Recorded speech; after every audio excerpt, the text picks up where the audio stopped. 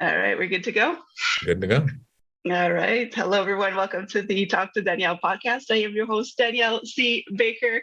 And before we get started with today's guests, don't forget to like, subscribe, and follow to whichever channel you're watching or listening to. And today I have a really, I'll say a fun guest. I always say amazing guest. I'm trying to change my vocabulary, but it's actually really fun. We got to meet, and I don't know how we ended up meeting on Facebook or Instagram, but an amazing person with an incredible life. And I just had to have him on to talk about what he does. So I have Ricardo Wilkins on today. Thank you so much, Ricardo, for joining in. Hey, Danielle, it is a pleasure to be on your podcast and be speaking with your guests. Thanks for inviting me. Thank you so much. So before we get started into what you're doing now, can you tell us a little bit of your backstory and how you got to where you are now? Sure. Yeah, I'd love to. I'm from the United States, Maryland. I grew up in Maryland, DC area.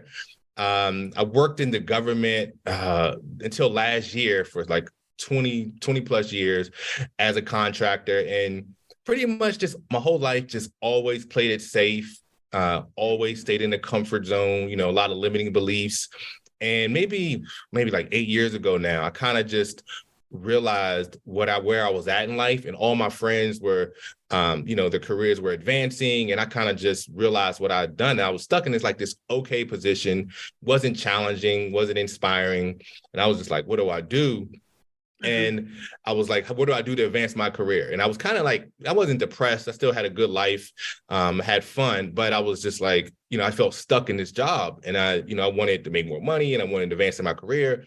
Then I read this book called Positive Intelligence, literally changed my life. And it just changed my perspective on how I saw myself and the world. And I realized all the things that society said we're supposed to have in a career and a job and a 9-to-5, like I realized that wasn't for me, and I didn't want that.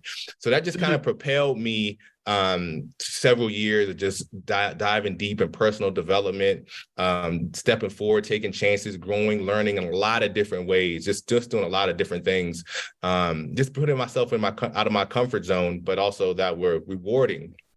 And maybe a few years ago, 4 years ago now, I realized that, I cannot stay in this job any longer. I have to do something else, but I didn't know what I wanted to do. And one thing I could control was my health, and I was always interested in health. And it's kind of like this convergence. I learned about this really unique area of the body called redox biology, redox signaling.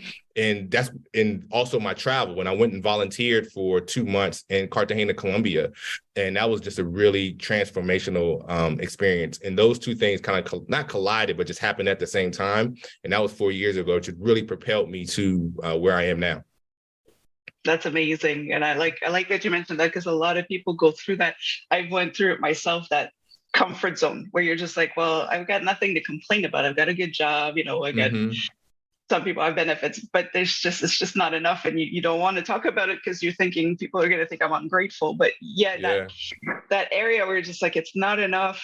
I'm not feeling this. So, and now you're the complete opposite. So that's what I want to get into now.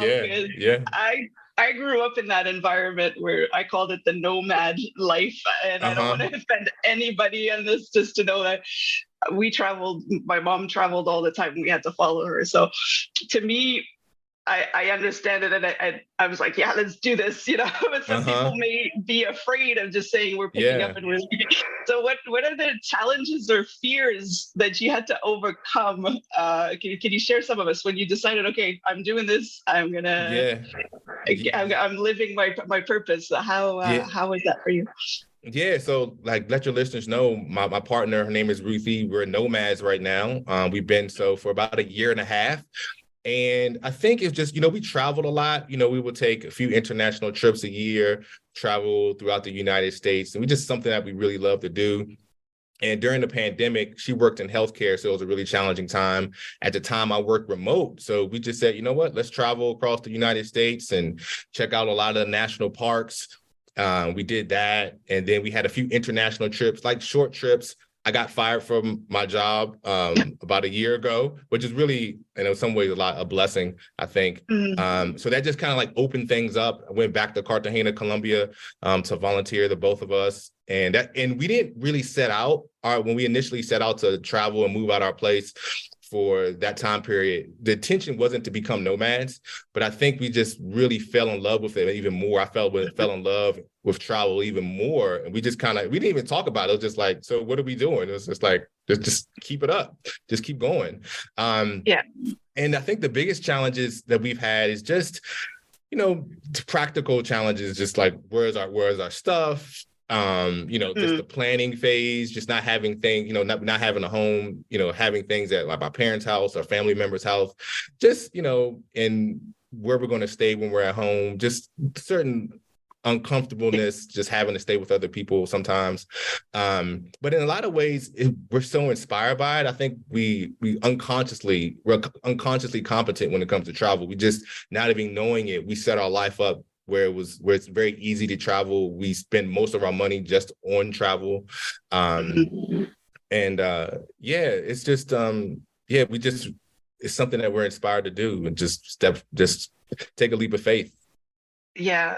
I'm going to throw another question at you, and this one is kind of impromptu, but because I know a lot of people are going to want to know this, but how was it received for your friends and family? We're just like, yeah, we're going. So what kind of feedback did you get? That's a good question.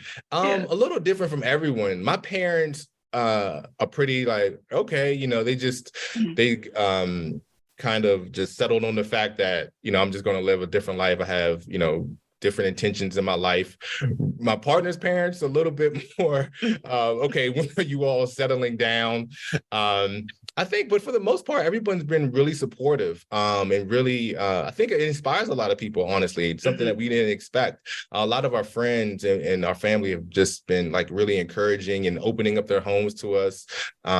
Maybe if they're traveling, so we can house sit for them. But for the most part, it's been really, people have been encouraging us to do it.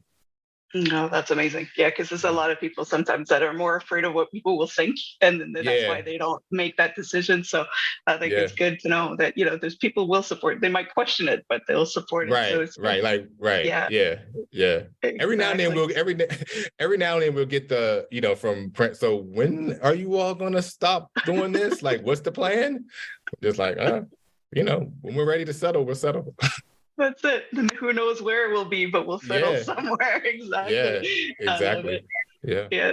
And of course, when you travel, because you're not traveling doing the all-inclusive resorts and stuff, you're actually, visiting, you're meeting people. And this is what I love about the traveling thing is what kind of wisdom or advice that you've gotten from the people and the places that you visited that really stuck to you. Anything that sticks out? Nothing as far as advice, nothing really sticks out as far as advice, like something poignant, someone that said to me. But I do think that just meeting other travelers and people that love to travel and just sharing the insights the common insights that we have just about life, what's important in life, and just how travel a lot of times just breaks boundaries of what we hold so important. And we realize like it's okay to hold things important, but just a lot of times it's what we're told was supposed to be important. And when you travel and seeing people living differently, it just lets you know, just again, like how you see the world isn't the end all be all. I will say actually this past weekend we were just talking, had a not way deep in the Amazon. We did a tour in the Amazon, and our guide, who was really, really wonderful, he was talking to us about a few years ago, he spent 2 months with a really remote indigenous tribe in the Amazon that still live as hunter-gatherers. And something he just kept reiterating that how simple and relaxed their life was, because they didn't, they just lived off the land and everything they had was provided. Yeah. And they're not having money. He just kept saying money wasn't important. Money for them, it wasn't important. And so their life was just easy. It was a lot easier. Yeah. Yeah. That's what I like about that too. I've met a group where it's just like money could change. It used to be Yeah. seashells, now it's this, now Right. it's paper. So Yeah. we could just barter, or we give one time, and then when we need, somebody else will give. So it just, there's no Yeah. stress on finances. It's amazing. Yeah. Yeah. I That was wanted really to, I wanted, interesting. yeah, that's good. I wanted to kind of dive into what you do. You mentioned earlier you got into the healing part of things, and you're a big advocate on how you can protect, how we should protect ourselves from toxic environments and that. Mm-hmm. Can you talk a little bit about what it is, and then tell us what we should be paying attention to in Sure. terms of, yeah. Sure. Yeah. I would say that, well, first, I'm not an expert in this field. I just want to let your listeners Mm, know I'm not an expert in this field. However, just like a lot of people, just coming across information, learning about different things in our environment, and particularly what encouraged me or inspired me to write my book. So I'll focus on what I learned from this documentary called Stink. And it was mm, about a father who had lost his, a few years prior, lost his wife to cancer. And he came across some pajamas. He purchased some pajamas for his daughter, and he noticed a really strong smell that smelled like a chemical. And having lost his wife to cancer, he was, he wanted to investigate it just to make sure it was safe, and contacted the company to try to get an understanding what was in it, what was it made of, what was the material. And he couldn't get an answer, and he was being mm, stonewalled. So that just kind of led him to creating this documentary called Stink, which focused on the how it's I'm not going to say unregulated, but how loose the regulations were as far as things that are in a lot of cleaning products, mm, cosmetic products, and a lot of chemicals that go into these toxins that go into these products.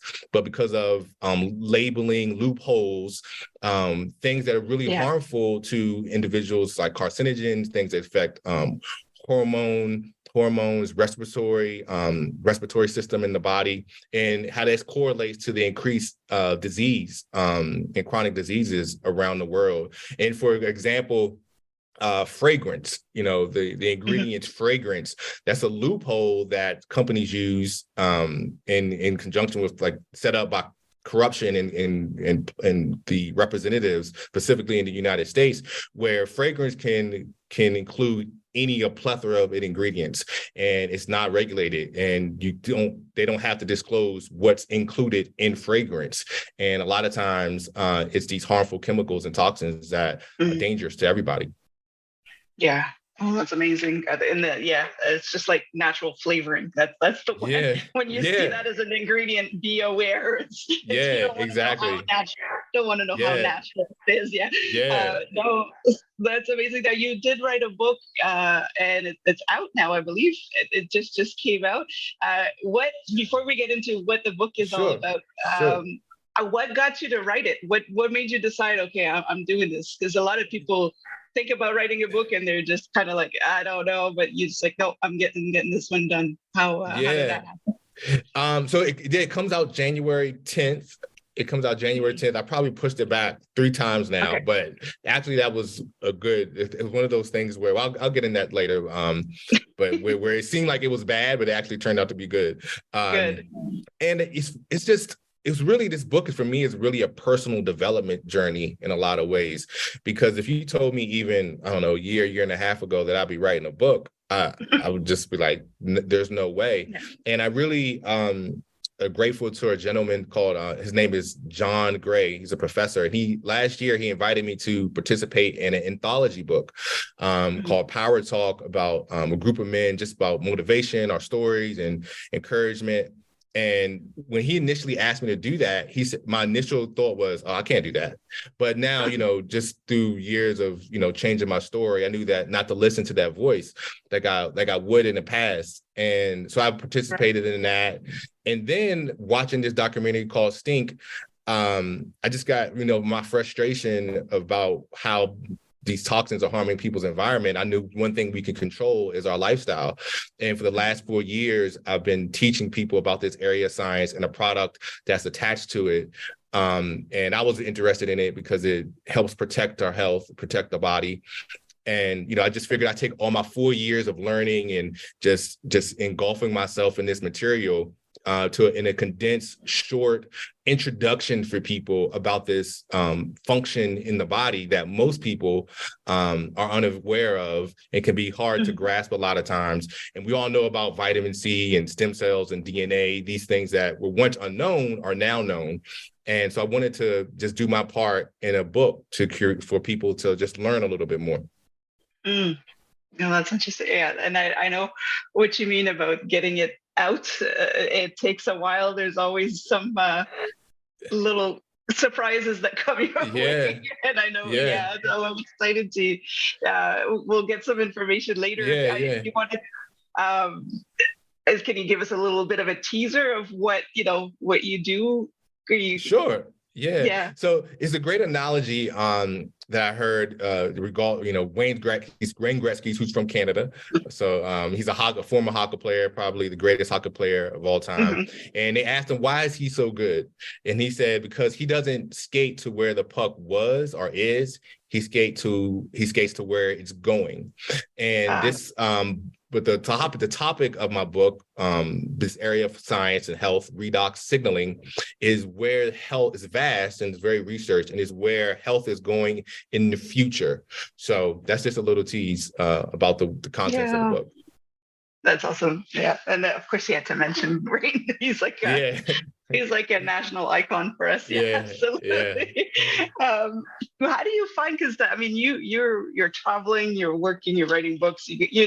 How do you find the balance in your life between all of that, with family, with your traveling, with the work that you do? That's a great question. I don't have kids, so that makes it a lot easier. A lot of times, I just kind of just do it. I know that's I don't even. When I think about how do I organize it, and I think it's when I mentioned earlier, I just kind of unconsciously competent when it comes to travel.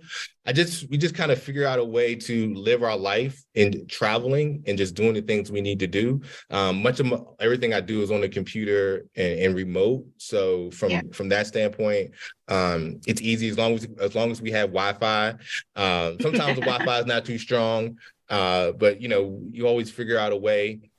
And when obstacles and things come into play, I've been learning to lean into everything's okay. And, if life is just, we just look at our life, there's always obstacles, there's always challenges. And if we just can accept that and not just kind of really can control it and just go with the flow and know that moment, that moment, generally speaking, there's degrees, but this moment will pass, this obstacle will pass, and you can learn something from it. So I've been really trying to lean into that more as far as, with everything in life. That's nice. Yeah. That's very helpful. Is there any advice, if you could share, something that you wish you would have known sooner that would have made your life easier? Do you want to share something, advice or wisdom that you wish you would have known back in the day? Yeah, I love that question because this is just a realization, something I knew, but a few weeks ago I had just a realization of how to really accept this proverb that goes, what is bad, what is good? And if we step back, most things that we label as bad or good are just labels. And it's because we were told these things supposed to be bad or good. And a great example is, my book. I had 2 different dates that I was set to release. And because of just Murphy's Law, things happen. They then, I had to push it back. But I've come to see that it was supposed to be that way, because I've learned things each time. I learned things that I was able to incorporate into my book, change that I hope and believe it made it more consumable, made it more just a better value for the readers. Even literally, I have somebody, a friend, helping me with the book and the formatting. And maybe 2 weeks ago, I sent him, he was like, okay, this is the last version. And after that, I just had these downloads where I removed the total chapter. I included at least one paragraph at the beginning of every chapter. It's only 10 chapters, but a new paragraph at the beginning of every chapter. Just again, I think it made it a better book.